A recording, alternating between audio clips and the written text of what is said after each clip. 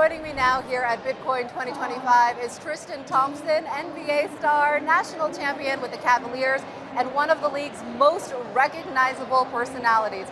Some people might know you because of your very impressive NBA career. Other people might know you because of the show Keeping Up with the Kardashians. But what people might not know about you is that you have a profound passion for crypto, especially the intersection of sports, AI, and Web3. We're going to talk more about that in just a bit, but first I'm curious to know, what made you want to come to this Bitcoin conference this year? I know it's your first time. Yeah. Did Vegas have anything to do with it, or is it just the excitement surrounding Bitcoin? We just saw Bitcoin hit fresh highs last week, under $112,000. So did that have anything to do with it? No, I mean, first of all, thank you for having me. I think it's, I went to Token in Singapore. For me, further putting myself in the space and really migrating and really understanding the space more, I felt like it was very important. Of course, during the NBA season, it's tough for me to get to the other conferences, so having the opportunity to come to Vegas, of course I would love to be still playing in the playoffs, but this is a great, second trophy prize, but it's great to see this and experience this Bitcoin Las Vegas. What do you think of the conference so far? I mean, it's great. I mean, what David is being able to put together, for him to bring all these great minds and have these amazing guest speakers from all over the world, right? And I think it's about time that it's with Bitcoin and at the all-time highs. I think this is the perfect time and moment to have a conference like this, because it's really showing the evolution and the mass adoption of what's to come. Now, I read that you're scared to see how much your $82 million contract, your NBA contract, is worth if you would have taken it in Bitcoin back in 2015.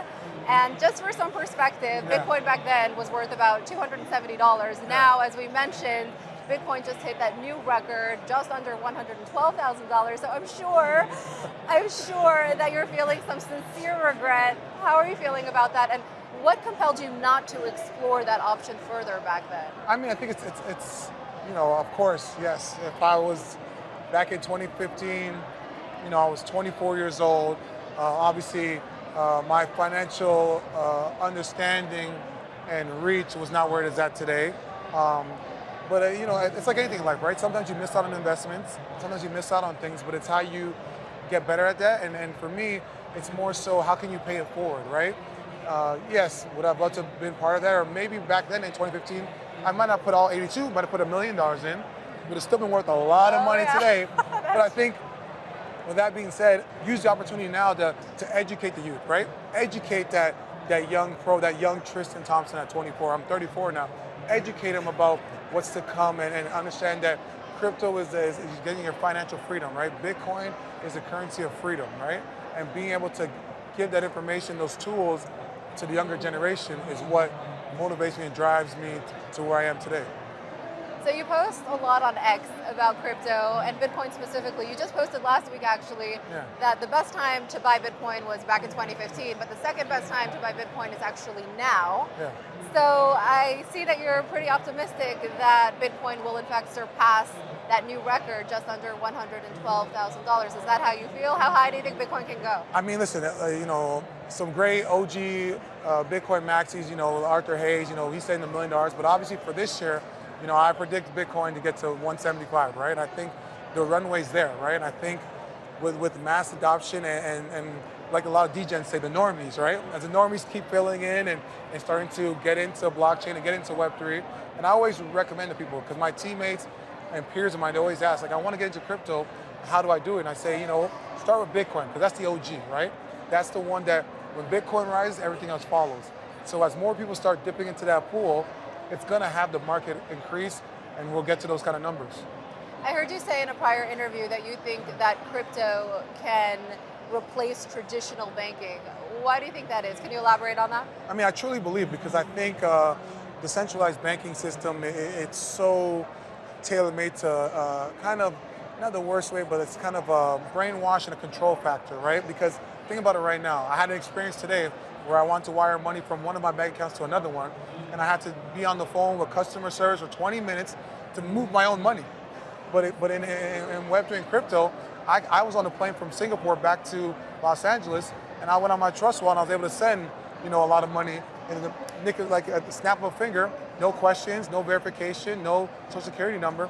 But that just shows that there is more to this, and especially on the Asia side and in the Middle East, they're so much further ahead compared to us in America because they see the future.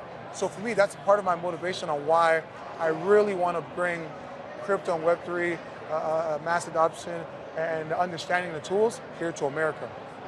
Now I want to focus on some of your crypto-focused projects. Yeah. You're an ambassador for a crypto-focused sports betting app, and you also have a podcast called Courtside Crypto. Can you talk to me about some of those projects and what compelled you to get involved in the space? Well, yeah, for Courtside Crypto, for me, being an NBA player and an athlete in the space, the podcast in terms of basketball podcast is so watered down and saturated, and I really don't care to just talk about basketball, right? There's so many people that could give their stories. So for me, it's like, what could I do in terms of hosting and educational-wise to help and really make a difference? And I think, when you talk to these founders in crypto, they have amazing technology, they have amazing ideas, but they struggle to explain what they're creating if they want to explain it to like their niece or auntie or grandma, right? So for me, I seen the opportunities like, why not be that person that bridges the gap that could be able to translate it where it's understandable, because you know how human beings are, right?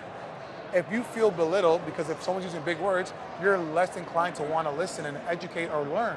So for me, it's like someone like myself who's built a rapport from being a basketball player and being a recognizable face to be able to give people these tools to help them further advance themselves, especially in crypto. It's a great opportunity. That's where Courtside Crypto came in play. That's the DNA, right? And of course, yeah, talk about what's going on in the news and crypto and Web3, but also just having people come on and be able to explain things where normal people can understand. Generally speaking, how do you think Web3 and AI can shape how sports are played and monetized? I mean, I created a AI agent called Tracy AI. She's fully automated. Imagine a ChatGPT sports, but has a personality. So like a Stephen A. Smith, but she's a female actually. And I wanted to do a female on purpose because I feel like there's a renaissance with female voices in sports, and I wanted my AI agent to be at the forefront of it. And the reason why I think there's an integration, there's a migration and a connection, synergy, is because AI is in every business right now. Amazon uses AI to hire employees. AI is used for the music industry. AI is used for college kids to get through college.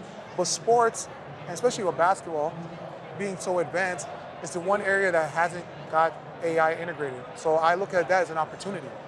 That's how the guys like Jeff Bezos become who they are, Steve Jobs, because they see an area that has a lack of, and they want to be that person to feed that. So for me, it's been great. It's been super exciting because what she's able to do, because we're basically pulling APIs from all over NBA history and advanced analytics and be able to give it to you in the palm of your hand. Is there a crypto component there too? Yes, of course, right? So with Tracy, there's two sides to it, right? You have the business side where she is able to give you information and she's actually has an attitude. She's a little spicy.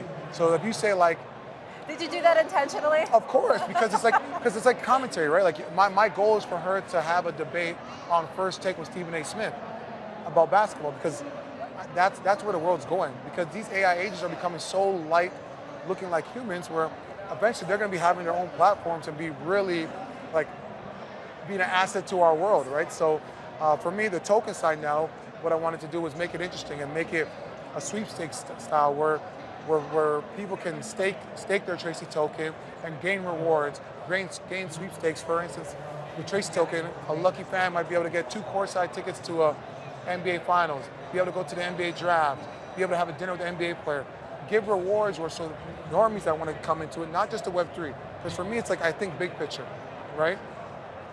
Web3 is great, but Web2 is just as important. So how do you migrate? How do you get the mass adaptation? Like, that's how you do it, right? So you give, because most humans, if I know I have a chance to potentially make passive income off it by having it in a pool, whether it's pancake swap, whatever it is, you'll be more inclined. You know what I'm saying? So that's, for me, it's like, it's a full spectrum integration and a movement.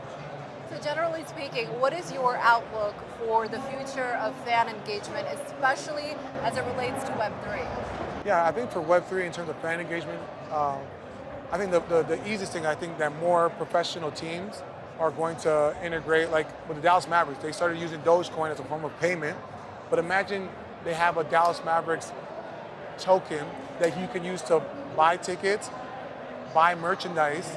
A kid in India that wants a Dallas Mavericks jersey or a Cleveland Cavaliers Tristan Thompson jersey. Imagine he's able to purchase the Cavalier token and he's able to buy a jersey. Instead of him having to go through the old traditional way, they don't have credit, they don't have the same type of banking system like us in America, right? So like, that's how you global and tokenize and make this bigger than what it's ever been.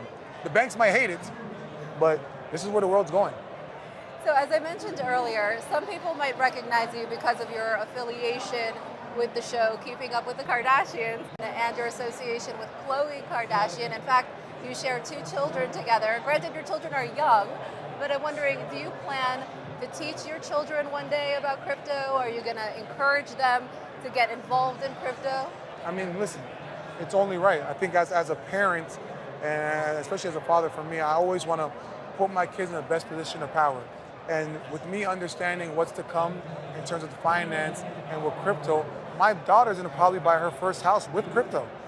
That's a real possibility. So for me, now till then, it's to give her those tools and have them understand that, so when the time does come, they're fully versed and they're not playing catch up. They're not going to be like me, miss out on $30 billion because they didn't put money in Bitcoin, So like, I feel like as a parent, hard lesson learned. Hard lesson learned, but guess what? It always comes back around. You'll figure it out.